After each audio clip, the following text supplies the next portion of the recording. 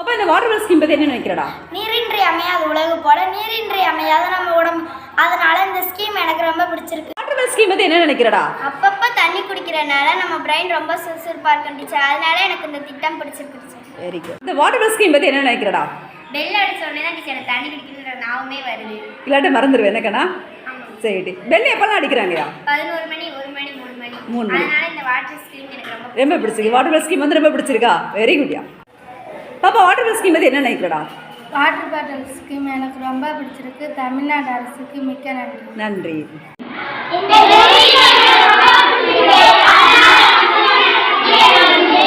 இந்த ஸ்கீம் ரொம்ப பிடிச்சிருக்காயா?